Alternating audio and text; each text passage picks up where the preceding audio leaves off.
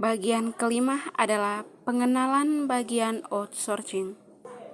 Bagian outsourcing ini memiliki 10 langkah-langkah. Yang pertama, pembangunan outsourcing. Pembangunan outsourcing, langkah yang dilakukan adalah yang pertama, melakukan pengembangan dengan cara mencoba dan selalu melatih berulang-ulang agar bisa mengembangkan aplikasi seluler. Langkah yang kedua adalah membuat elemen dengan baik.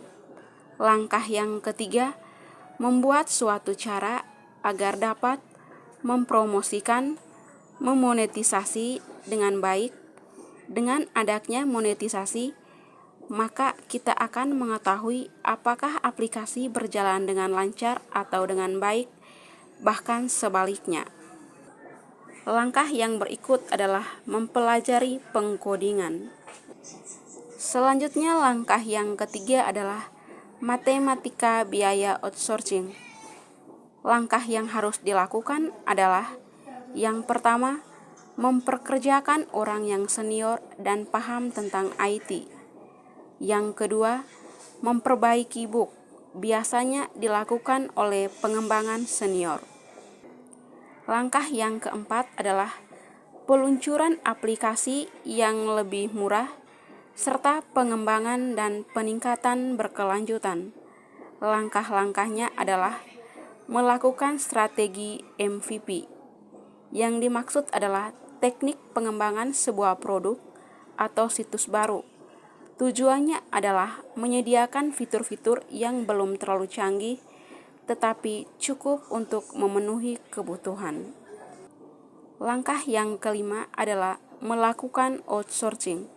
Yang harus dilakukan adalah yang pertama, merencanakan kegunaan aplikasi dan alur penggunaannya. Yang kedua, mempelajari desain. Yang ketiga, menentukan situs web yang akan digunakan. Langkah yang keenam adalah memperkerjakan pengembangan lepas melalui rekomendasi dan Upwork. Yang harus dilakukan adalah mencari di situs-situs.com.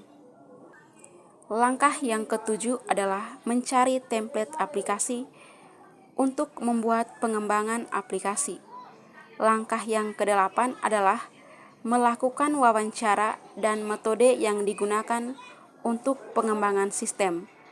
Langkah yang kesembilan adalah melakukan pembelajaran outsourcing dan langkah-langkah yang akan dilakukan. Dan langkah yang ke-10 atau yang terakhir adalah melakukan anggaran outsourcing aplikasi. Itulah 10 langkah-langkah yang harus dilakukan dalam membangun sebuah outsourcing. Terima kasih.